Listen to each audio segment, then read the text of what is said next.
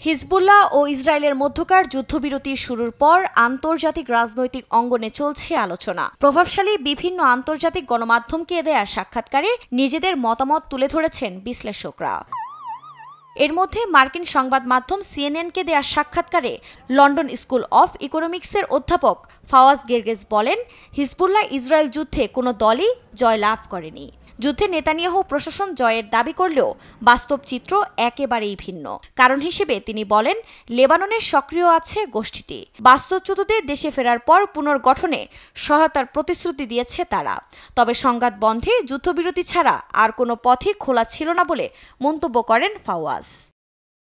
এদিকে আবার মধ্যপ্রাচ্যের বিশ্লেষকরা বলছেন, ইরান সমর্থিত হিজবুল্লাহ ও ইসরায়েলের মধ্যে যুদ্ধবিরতি চুক্তি সাময়িক সমস্যার সমাধান করেছে। তবে আঞ্চলিক সংঘাতের মূল বিষয়গুলি এখনও আগের মতোই আছে বলে মত পেন্টাগনের মধ্যপ্রাচ্যের সাবেক উপদেষ্টা জেসমিন এল গামালের। তবে 60 দিনের এ যুদ্ধবিরতি স্থায়ী সমাধানের ভিত্তি তৈরি করবে বলেও আশা ব্যক্ত করেন তিনি। আমেরিকান নিরাপত্তা কেন্দ্রের মধ্যপ্রাচ্যের নিরাপত্তা কর্মসূচির সিনিয়র পরিচালক জোনাথন লর্ড বলেন, ইসরায়েল বিশ্বাস করে তারা হিজবুল্লাহর ভিত্তিকে নাড়িয়ে দিতে সক্ষম হয়েছে।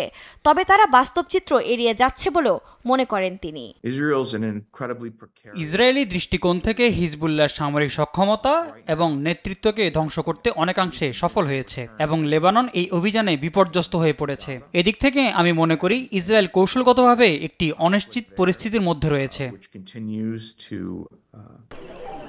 অন্যদিকে আঞ্চলিক বিশ্লেষক আভি মেলামেদের মতে, লেবানন সরকারের কাছে এই মুহূর্তে সার্বভৌমত্ব পুনরুদ্ধার সবচেয়ে বড় চ্যালেঞ্জ হয়ে দাঁড়িয়েছে।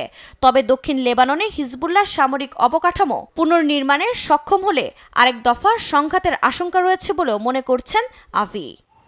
আফরিন মৌ, নিউজ ডেস্ক, দেশ টিভি।